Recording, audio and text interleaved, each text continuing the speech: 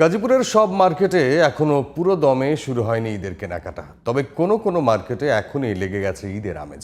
ব্যবসায়ীরা বলছেন বেচাকেনা পুরোপুরি জমে উঠতে আরো কয়েকদিন সময় লাগবে। গাজীপুর প্রতিনিধি আব্দুল্লাল মামুনের রিপোর্ট জানাচ্ছেন জামান আশরাফ। ঈদকে সামনে রেখে ক্রেতার আনাগোনায় মুখর গাজীপুরের বিপণী বিতানগুলো। জয়দেবপুরের সাইদ ভবন, মানিক বস্ত্রালয়, তানভীর প্লাজা, চান্দনা চৌরাস্তার অনুপম সুপারমার্কেট সহ অন্য মার্কেটগুলো জমে উঠেছে ঈদকে সামনে রেখে।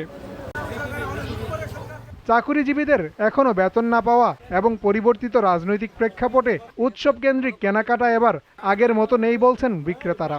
এখনো গার্মেন্টসের বিভিন্ন বেতন সেকশনে বেতন বোনাস হয়নি, নানা রকম সমস্যা ট্রাবল হচ্ছে, এই জন্য মানুষ আসতে পারতেছে না। পরিস্থিতির কারণে মানুষের অর্থনৈতিক অবস্থা দুর্বল, এইসব কারণে হয়তো বেচাকিনা কম, কিন্তু আগামীতে হয়তো বেচাকিনা বাড়তে পারে। এদিকে কাপড়ের দাম নিয়ে ক্রেতাদের মধ্যে দেখা গেছে মিশ্র প্রতিক্রিয়া। আমরা অনেকক্ষণ ঘোরাঘুরি করে অবশেষে আর কি এখানে এসে একটা পছন্দ হয়েছে। এখন ভিড়টা কম, কাজে আমরা কাপড় দেখে শুনে পছন্দ করে নিতে পারবো।